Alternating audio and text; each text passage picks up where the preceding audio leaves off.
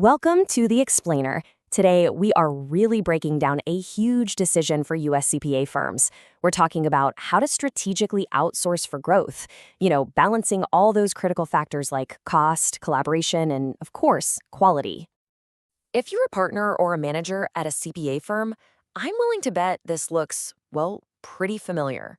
That seasonal workload pressure, the never-ending hunt for qualified talent, and just that constant need to keep costs in check. It's a really tough balancing act, right? But what if there was a way to do more than just survive tax season? What if you could actually use it to thrive and grow your firm? A lot of firms are turning to outsourcing to get that competitive edge, but the real question isn't if you should do it, it's where. Okay, so let's really get into it.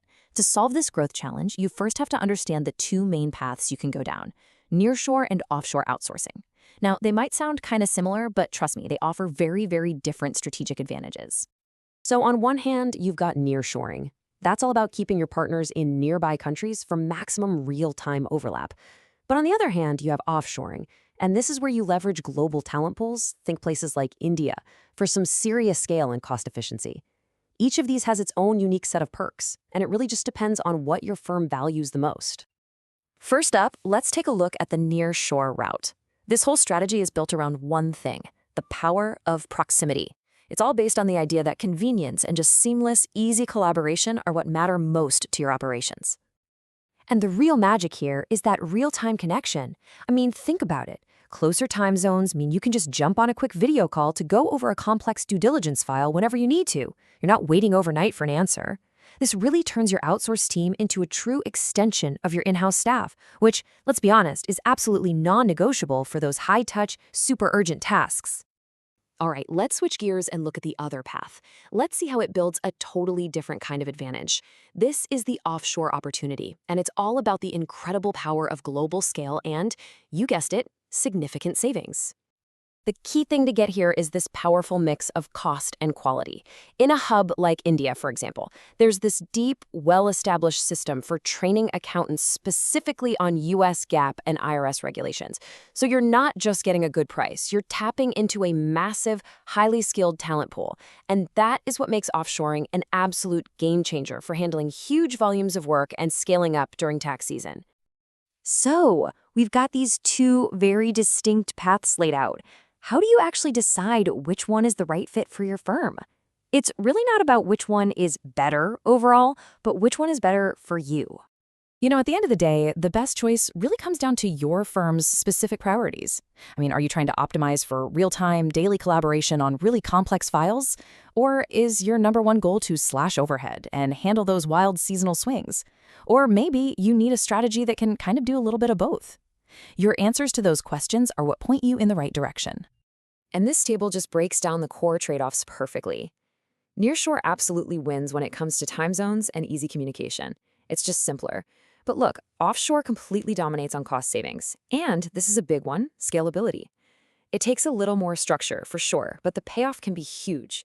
You can probably already see how a firm might want the benefits from both of these columns, right? Now, as you're weighing all this, there's a huge question that always comes up. What about my clients? You've spent years building that trust. So how do you outsource without putting those relationships at risk? Well, the solution is actually surprisingly simple: a white-label partnership. What this means is the outsourced team works completely under your firm's brand. They're using your email addresses, they're following your workflows, they're sticking to your standards.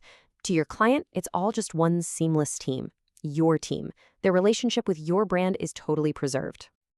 Okay, so beyond what the client sees, there's the equally critical issue of quality. If your team is thousands of miles away, how can you guarantee the work is going to meet your firm's high standards? Well, the answer isn't really about location. It's all about process and partnership. The good news is you don't have to go all in at once. You can start with a small pilot project just to test the waters. Use secure platforms to protect all that sensitive data. Set up really clear communication rules, and probably most importantly, choose an experienced partner who's done this a million times. When you follow these steps, offshoring goes from being a leap of faith to a reliable, high-performing operation. Okay, so let's pull all of this together into a clear blueprint, something you can actually use to decide on your firm's next big strategic move. So the blueprint is pretty clear. For those high-touch, real-time needs, Nearshore is like an extension of your own team. For efficiency and just massive scale, you go offshore. But remember, the most strategic firms, they don't see this as an either-or choice. No way. They use both. They create a hybrid model that gives them the absolute best of all worlds.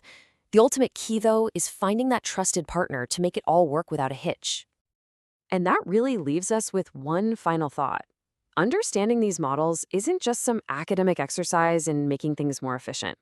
This is about positioning your firm to compete and to win in an industry that is changing incredibly fast.